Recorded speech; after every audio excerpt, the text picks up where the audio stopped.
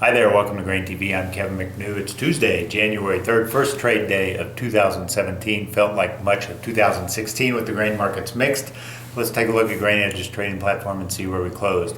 In Chicago, corn managing a strong advance of 3 3/4 cents a bushel. Beans off 7 3/4, and wheat in Chicago down fractionally, giving up 3/4 cents. News today was pretty light. Coming into the new year, there was strength in the overall equities markets to start the morning. The U.S. dollar was sharply higher. That weighed a little bit on grains.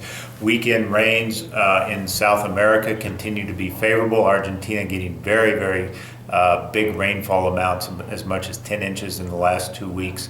Also, the rain forecast for central Brazil, northern Brazil, looks favorable going into the 6 to 14 day outlook. So overall, there was very little to change the mood in terms of grains being depressed. We did see last week a big move higher in beans, 22 cents higher following the Christmas holiday break, but all of those gains have now been erased today. Or to date, with us giving up 7 cents here on the close today. So overall, it continues to be sort of a bearish stage for the grain markets, with South America seeing plenty of moisture, plenty of good growing conditions. The only sort of outside knock we have on South America is Argentina actually turning too wet in some areas to get the last bit of their planting done. So there may be some acreage lost if weather does not dry out. But overall, rain makes grain continues to be the theme. We have plenty of grain stocks, not only in the world, but also in the U.S., which will probably continue to weigh on prices. Other news out, there is some portfolio adjusting going on by the index funds.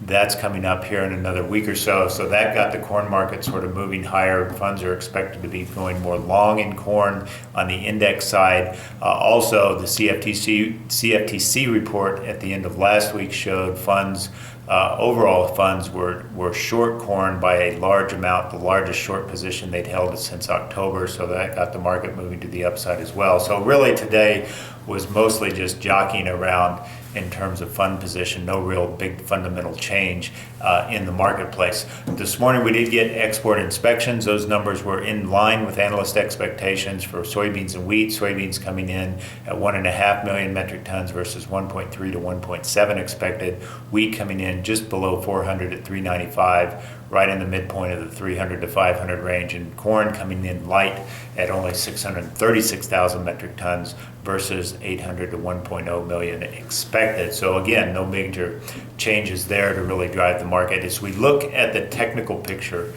for grains, again, last week in beans, we had that big 22-cent move on the holiday break. Coming back from the holiday break, that has been completely erased by the last 4 days of trade action, moving lower and dipping on the March contract below $10 today, closing at 9.96. As we look at the chart here, there's sort of an underlying support around 9.85. A lot of choppy trade in that 9.83 to 9.87 range down there. So I would look for that as sort of the next marquee element we need to test on the downside. In corn, much more range-bound trade. We have had very little direction in the corn market.